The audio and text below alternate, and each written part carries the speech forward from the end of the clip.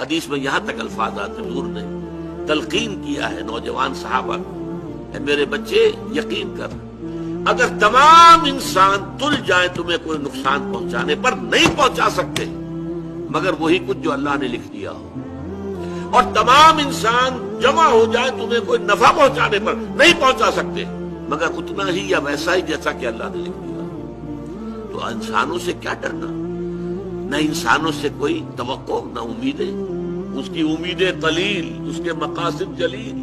انسانوں سے امید نہ رکھو، اللہ سے امید رکھو، ساری توقع اس سے رکھو، سارا بھروسہ اس پر رکھو، کسی اور پر توکل نہ ہو۔ یہ ہے در حقیقت مرتبہ ولایت، مقام ولایت۔ اور اس میں جیسا کہ یہاں آیا، اب ان کے اوپر فرشتوں کا نزول ہوتا ہے۔ یہ فرشتے ہمیں محسوس نہیں ہوتے، لیکن یہ کیفیت جو بیان کی جا رہی ہے، اس کا احساس صاحب ایمان کو ہوتا ہے۔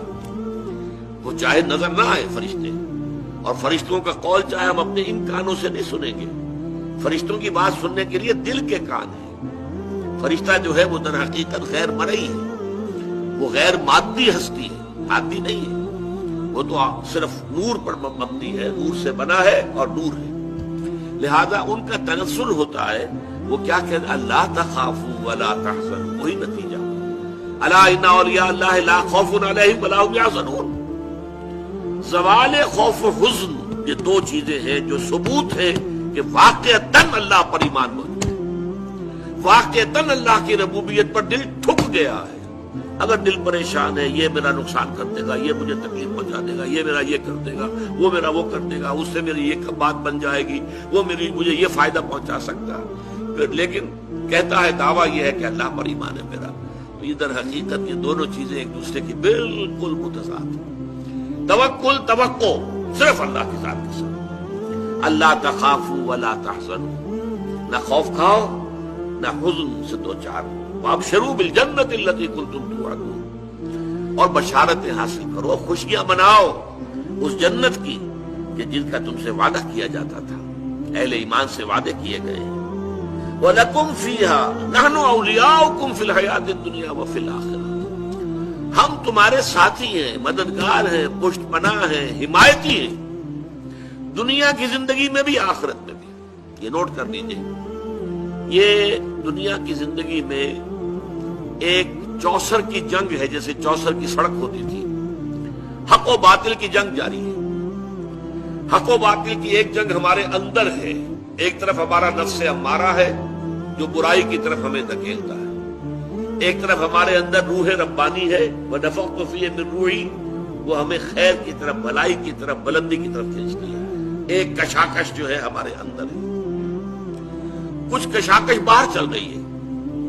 ہمارے اس نفس کو تقویت دینے کے لیے، اسے مشتعل کرنے کے لیے یہ شیاطین جن موجود ہیں۔ الذی یوسوس فی صدور الناس من الجنۃ والناس، حضور نے فرمایا کہ جب قلب غافل ہوتا ہے اللہ کی یاد سے تو شیطان اپنی تھوتنی لگا دیتا ہے دل کے ساتھ اور پھونکے مارتا ہے اس کے اندر، مشتعل کرتا ہے۔ جو حیوانی جذبات ہیں، جو انسان کے سفلی جذبات ہیں، اِنڈ اور لبیڈو کے جو تقاضے ہیں، انہیں مشتعل کرتا ہے، ایکسائٹ کرتا ہے، تاکہ وہ مشتعل ہو کر اور وہ انسان کے جو ہے اس وقت ہوش اور حواس کے اوپر غالب آ جائے۔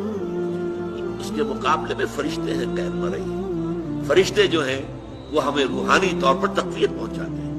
ہمارے اندر کا جو خیر ہے، جیسے کہ ہمارے اندر کا شر، نفسانیت، اس کو تقویت پہنچانے والے شیاطین جن باہر موجود ہیں جو نظر نہیں آتے، اسی طریقے سے ہمارے اندر کا خیر، روحانیت، اس روحانیت کو تقویت پہنچانے والے ملائکہ ہیں جو خارج میں موجود، وہ بھی نظر نہیں آتے، یہ بھی غیر مرئی، وہ بھی غیر مرئی۔ مرئی لوگوں کے اندر بھی جو انسان ہیں، خیر کی طرف بلانے والے بھی ہیں، شر کی طرف بلانے والے بھی ہیں۔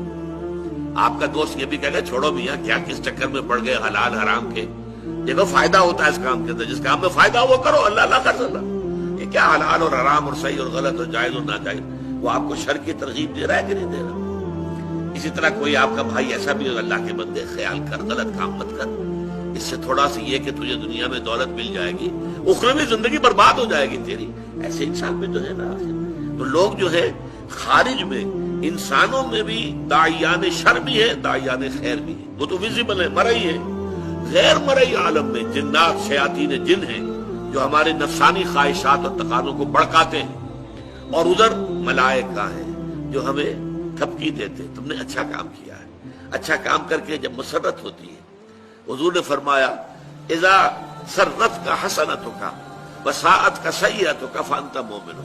دیکھو اگر تمہیں کوئی اچھا کام کر کے خوشی محسوس ہو اندر، اور برا کام کر کے تو دل کے اندر کوفت محسوس ہو، یہ میں کیا کر بیٹھا، یہ مجھے نہیں کرنا چاہیے تھا، فانت مومن، تو یہ ایمان کی علامت ہے۔ اذا ساعت کا سیئتوں کا مسرت کا حسنتوں کا فانت مومن، بھلائی کر کے خوشی ہو، کوئی برائی ہو جائے تو افسوس ہو، رنج ہو، تو یہ گویا کہ ایمان کی علامت ہے۔ تو فرشتے تھپکی بھی دیتے ہیں، حوصلہ بڑھاتے ہیں۔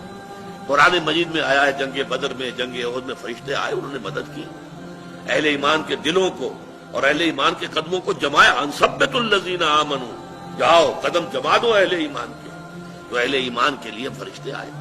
تو یہ فرشتوں کا نزول ہوتا ہے ان اولیاء اللہ، اللہ کے ساتھیوں کے بارے میں۔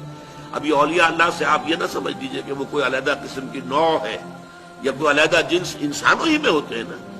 تمام صحابہ اولیاء اللہ تھے، سب کے سب اولیاء اللہ کا جو اعلیٰ ترین معیار ہے، کوئی ولی اللہ غیر صحابی ادنا سے ادنا صحابی کے پائے کو بھی نہیں پہنچ سکتا۔ یہ اچھی طرح نوٹ کر دیجیے، یہ ہمارا اہل سنت والجماعت کا پختہ عقیدہ ہے۔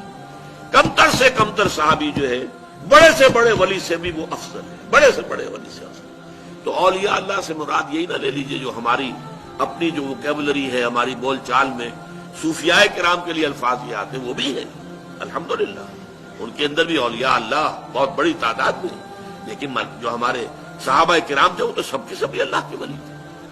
ان کے لیے آتا ہے نحن اولیاؤکم فی الحیات الدنیا وفی الآخرہ، ہم تمہارے ولی ہیں، مددگار ہیں، پشت پناہ ہیں، جمے رہو، قدم تمہارے ڈگمگانے نہیں چاہیے۔ اور آخرت میں بھی، جنت میں تو ظاہر بات ہے کہ دوستی انہی سے ہوگی، وہی آئیں گے۔ یدخلون علیہم من کل باب، قرآن میں آتا ہے جنت کے ہر دروازے سے وہ داخل ہوں گے سلام کرتے ہوئے، سلام سلام، سلام اور سلامتی کے پیغام لے کے آئیں گے۔